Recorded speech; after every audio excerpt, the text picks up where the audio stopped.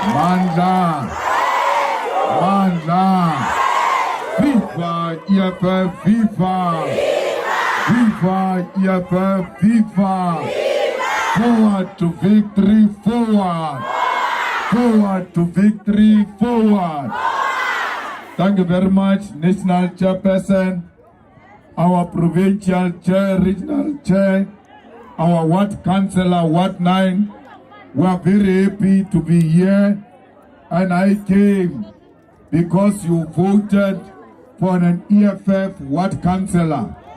It has never happened in the Western Cape. It happened here for the first time, where people proved that the EFF exists in Western Cape. I'm not shocked by the things you are saying, because I know where DA governs, it doesn't look after black people. When you go to the white suburbs, you will never find them without toilets. But when you go to black people's areas, they don't have toilets. So we had the issue of the toilets, and we are going to make sure that our councillor lead that struggle in the municipality, so that even if they don't provide permanent toilets for now, they must provide an intervention while we are waiting for a permanent solution. Because it's important that our people have got a place where they can go, not the field, not in a risky area, but in a safe environment. Councillor, when we were campaigning, we said we are going to fight for water in Ward 9, and said our people in Ward 9 do not have water. We are not running Saldanha municipality, but you are a councillor here. So we have to make some temporary intervention, because a councillor of the EFF must not be an elite. A councillor of the EFF must be the way you are. Be so grounded, be so disciplined, and serve your own people. That's why in the EFF we say, councillors must buy bakkies.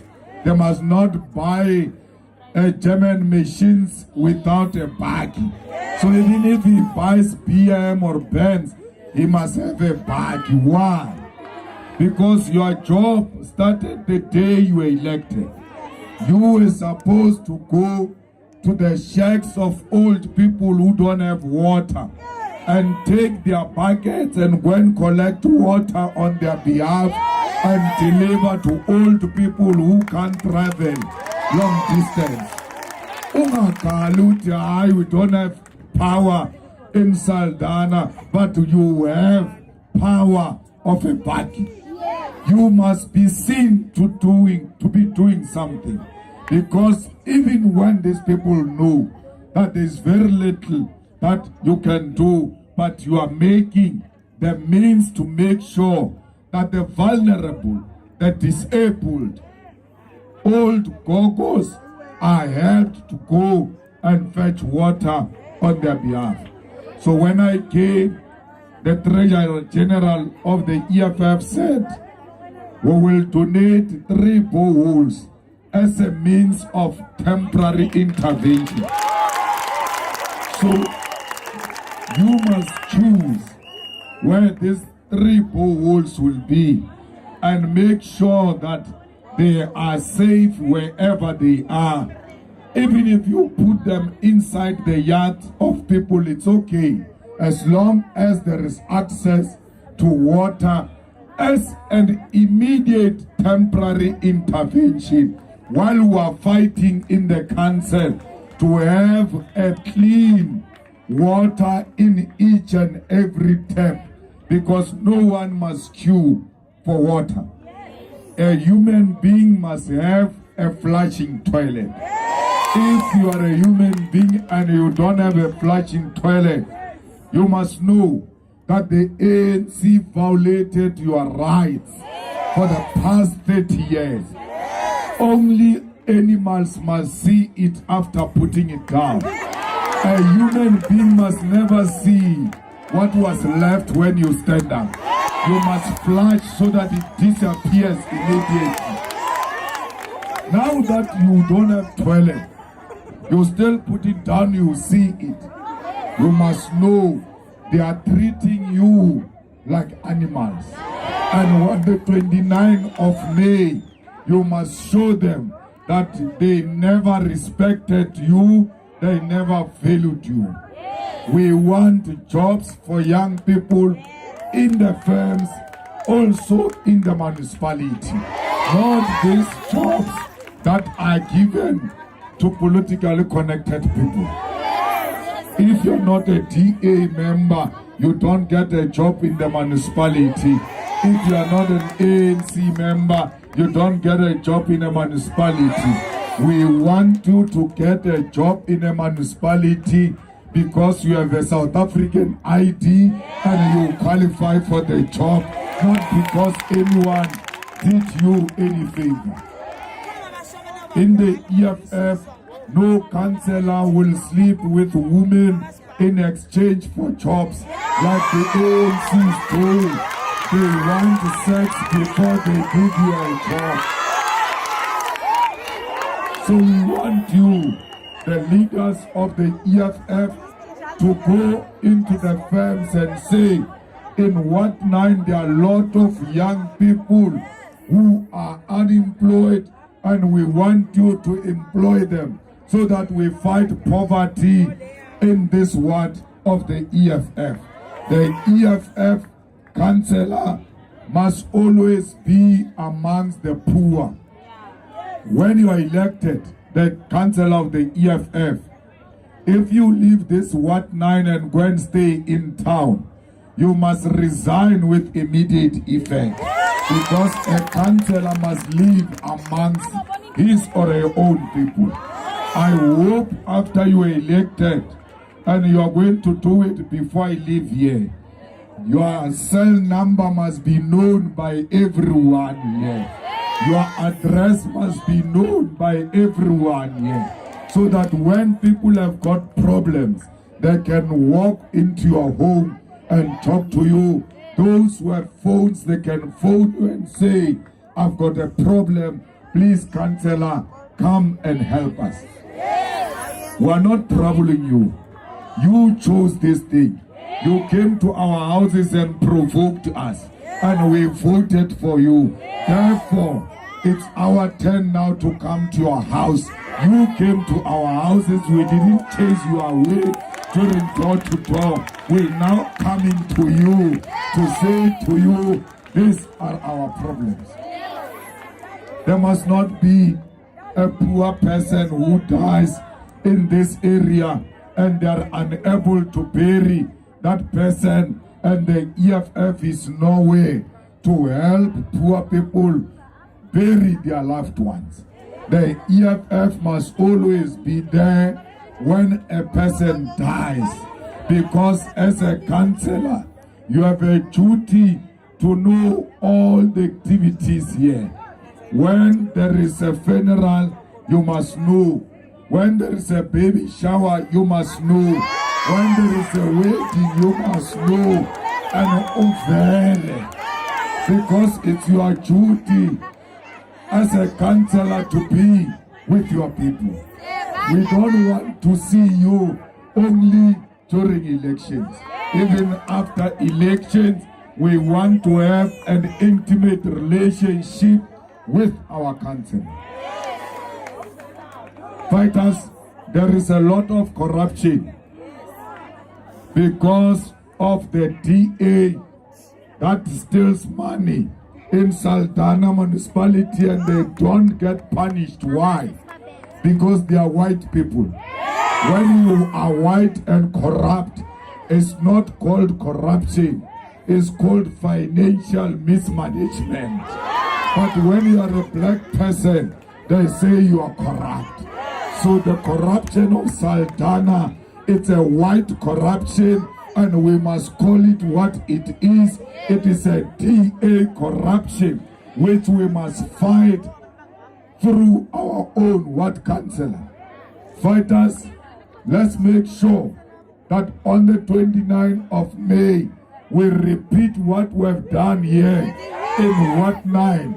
We must say through our votes, we want a 24-hour clinic.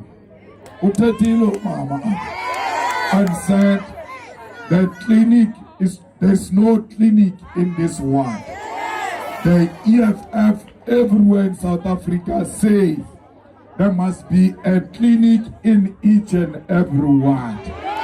And that clinic must have an ambulance. Because what is a clinic without an ambulance? When you are sick at home, you can't walk to the clinic. The ambulance must come and fetch you. And you know what is even worrisome and painful is that where there are clinics, they close at 4 o'clock. It's like they say to you, you must be sick very fast before 4. If you make a mistake of being sick after 4, you won't have anywhere to go to. But imagine a pregnant woman. She doesn't know when she's going to give birth. And she goes to a clinic at 4:30. She's at the gate.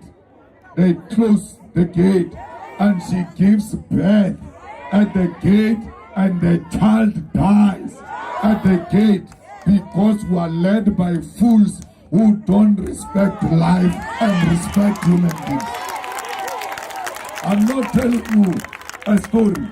It happened in Skokuni, in Limpopo, where a woman went to a clinic. When she arrived, they just closed the gate. She gave birth and the child died. And we are helping her to sue government that if you had opened this clinic, that child was going to be alive. So the issue of clinics in each and every ward operating 24 hours, I'm happy Umama raised it because the people must know that we are not just talking. This is what our people want, because clinic is primary health. You know, once you have a clinic, we are going to make sure that a lot of people live for long. There is an illness called breast cancer. When you hear some lump in a breast and you go to a hospital and you find a long queue, all right, this is not a big problem, let me go home. Then you go home, it becomes a big problem.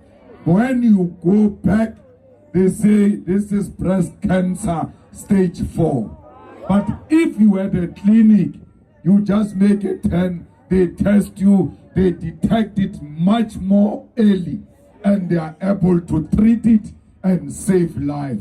When you say you want 24-hour clinics, you are not asking for luxury.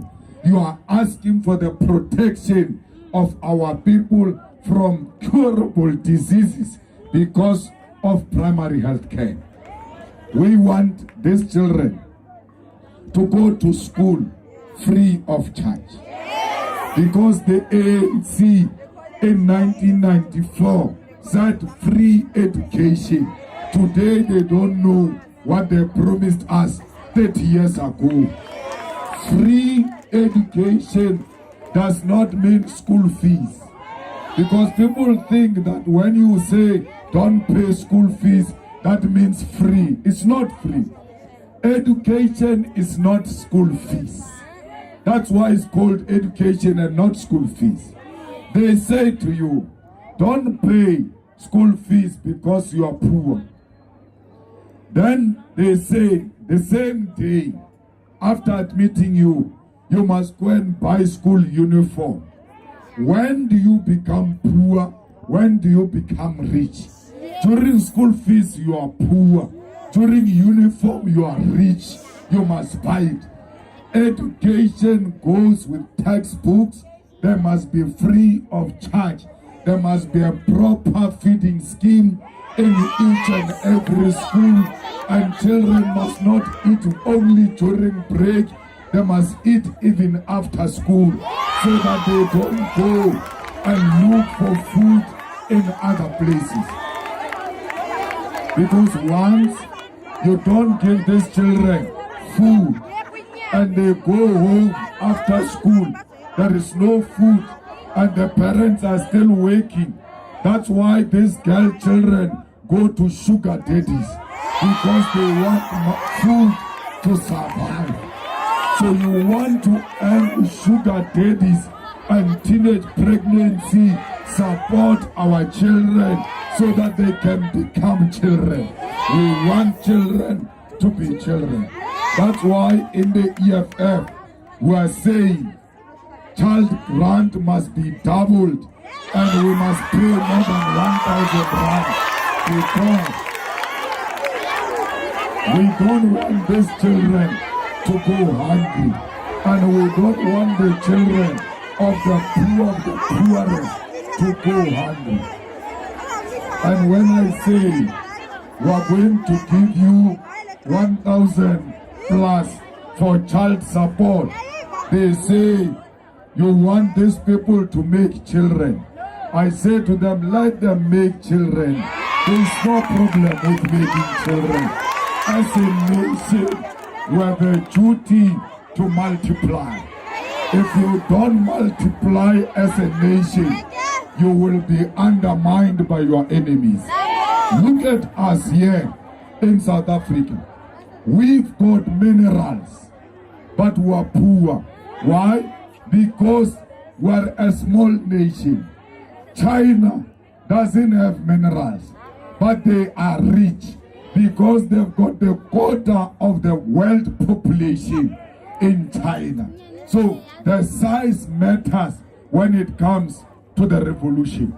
So don't tell me that a person is poor and therefore must not make children. I was born poor myself to a poor domestic worker.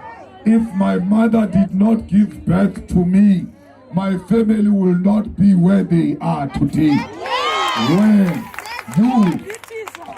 you are saying, let this poor woman not be pregnant because she's poor.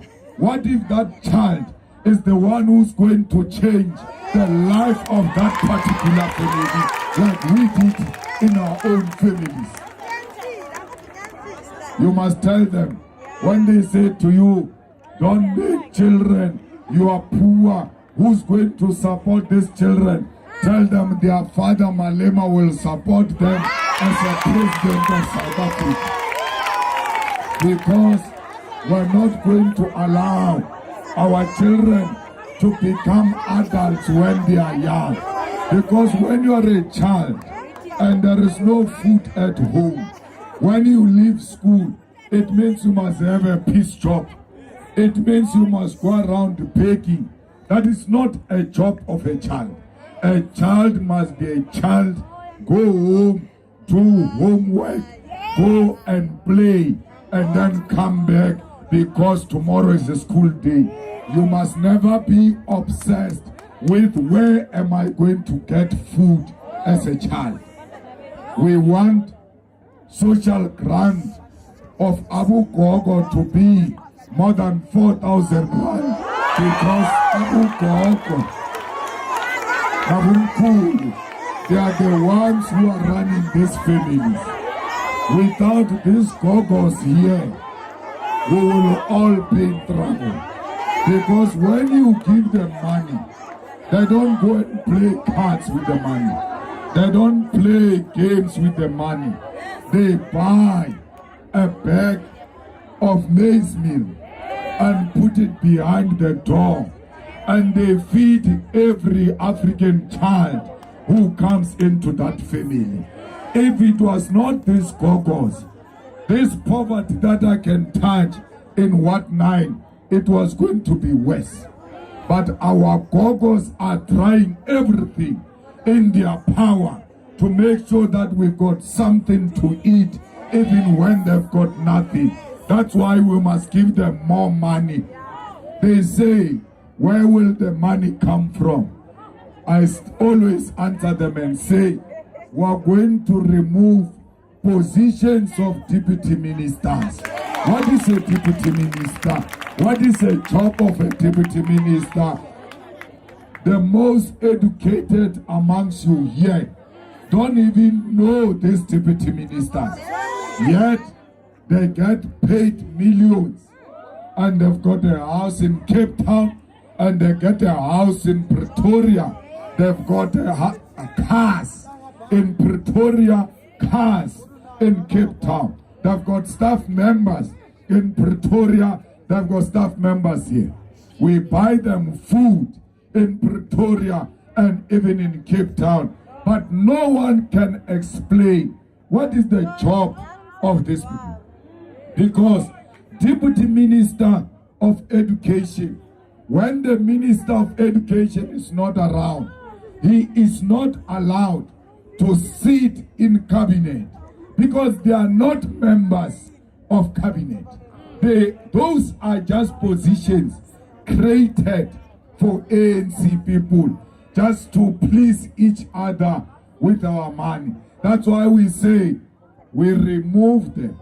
We save a lot of money and we take it to Abu Gogo because they deserve this particular money.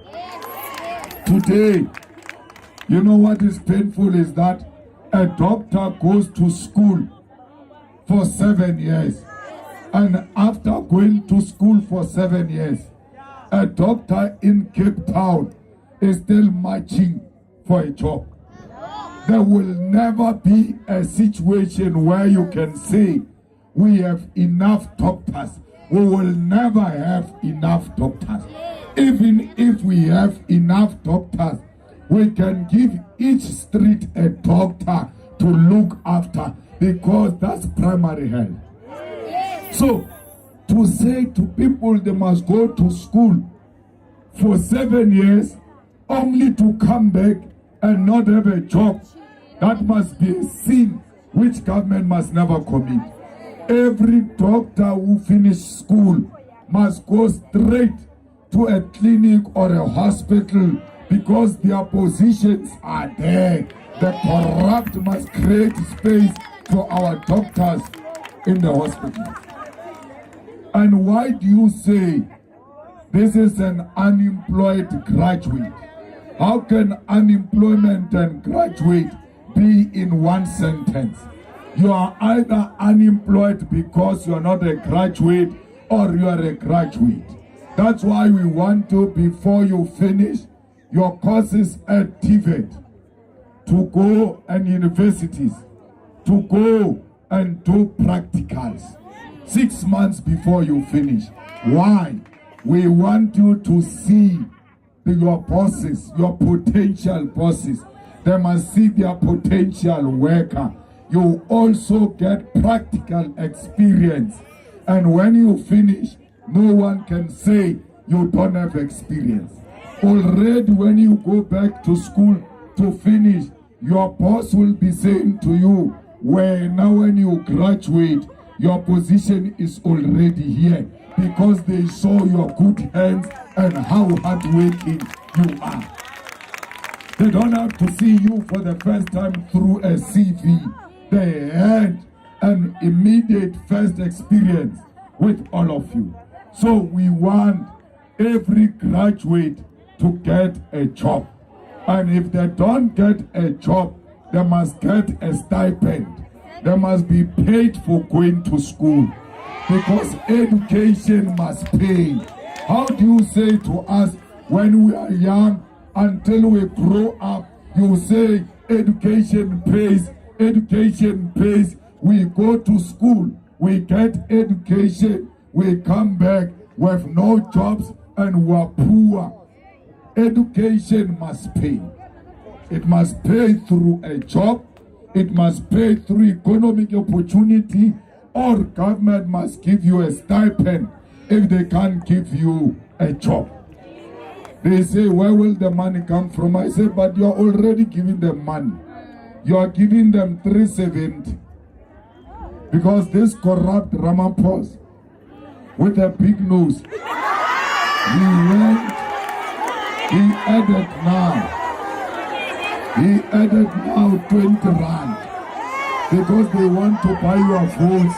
They say they are increasing 350 with 20 rand to make it 370 because they think they can bribe you. I say to them, but you are already giving them money because you say all those who are unemployed and have got no means, you will give them 370. But why do you give them the same amount when they don't have the same qualifications? We must be given money according to our qualifications so that we encourage children who come after you to go to school because they will know education pays.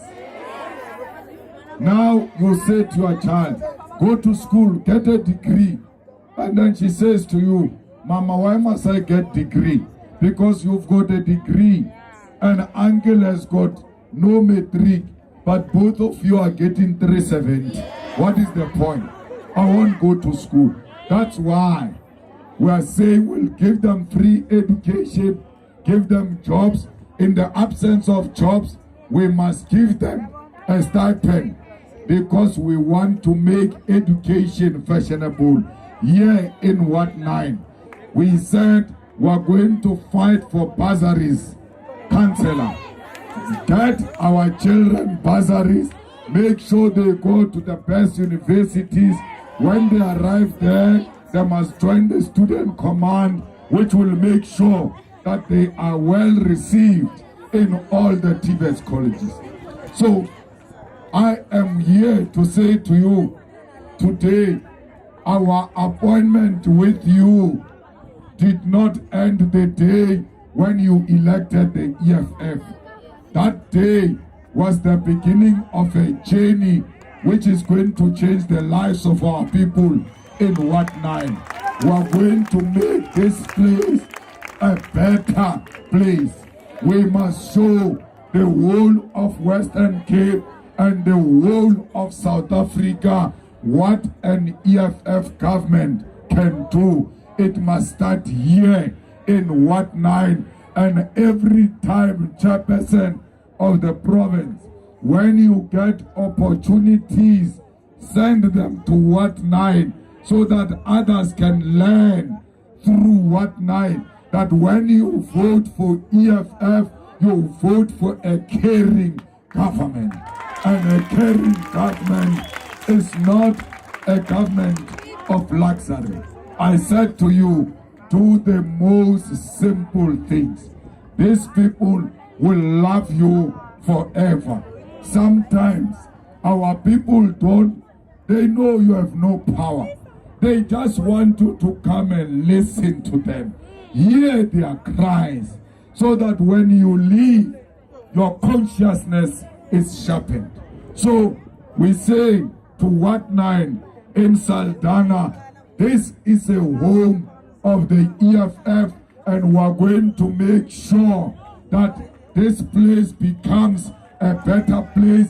It must have proper roads, it must have electricity in each and every shack. There must be water and there must be jobs for our people.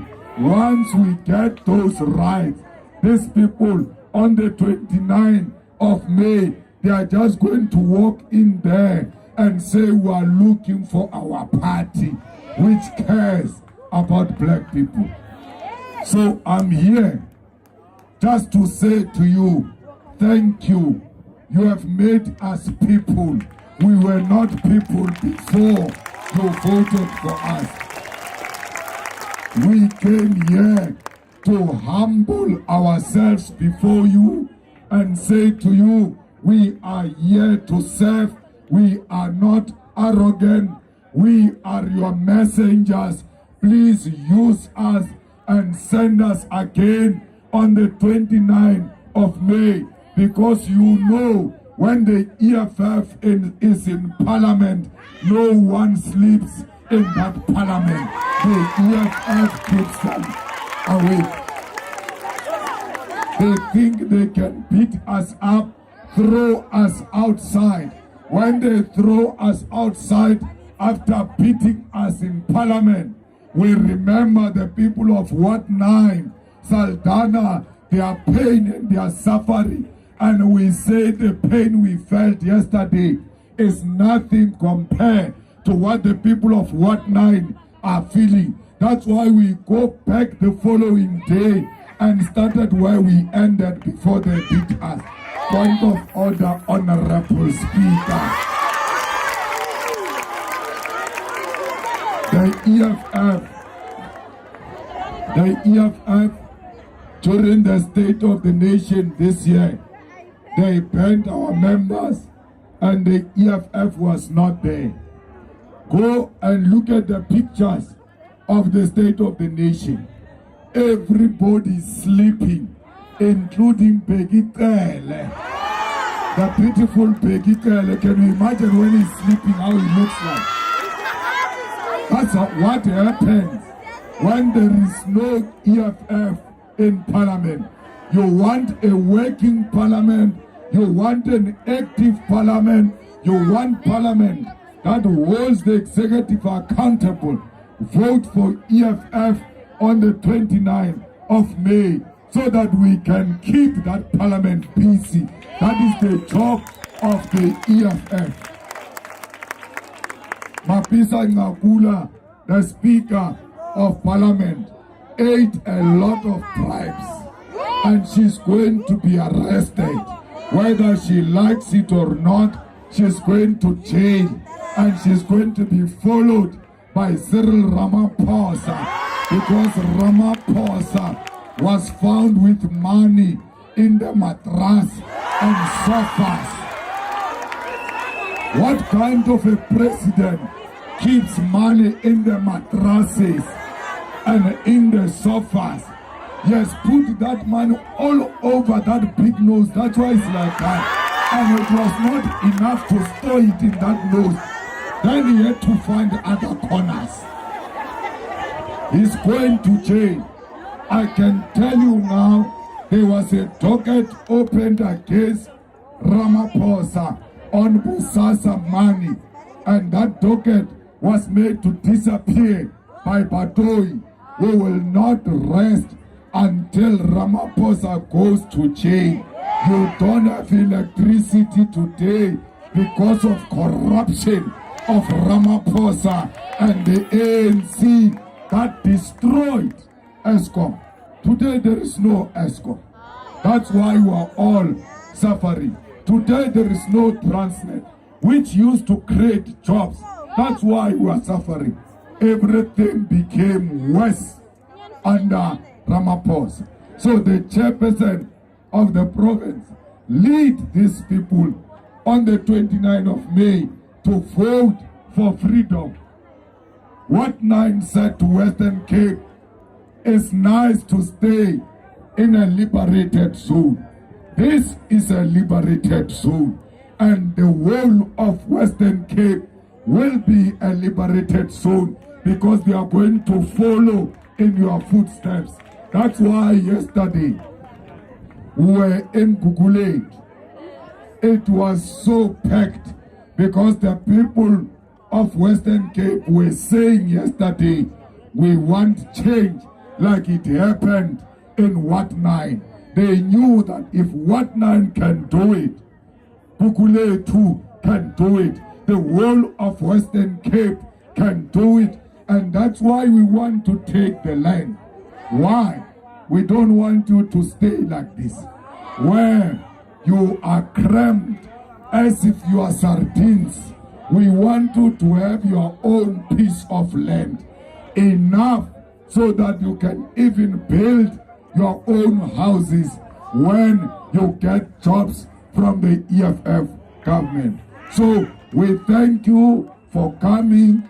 The chairperson of the province said, you must not leave. He's got other things for you, which he will announce as our way of saying thank you very much for coming today and for voting for the EFF. Do not worry about my voice. I've been all over South Africa speaking Saturday I was in Kimberley. Thursday I was in East London. Yesterday I was in Cooks. Today I'm in Saldanha. So this borrowed voice is now selling me out. But I'm happy it didn't die before I finish. Thank you very much. Freedom is coming on the 29th of May. Manja! Viva EFF Viva! Tata EFF Tata! Haikule EFF Saldan! Haikule! Haikule EFF Wat 9! Haikule! Haikule EFF Western Cape! Haikule! Manja! Aunoma Kubi! Siyaya! Siyaya! Roma Kubi! Siyaya! Siyaya! Roma Besikubola! Besishaya! Besibopa! Roma Besikubola! Besishaya! Besibopa! Kubi, Kubi, oh! Siyaya! Siyaya! Kubi, Kubi, oh! Siyaya! Siyaya! Roma Besikubola! Besishaya! Besibopa! Roma Besikubola! Besishaya! Besibopa! Hule! Hule! Namasa! Hule! Chita!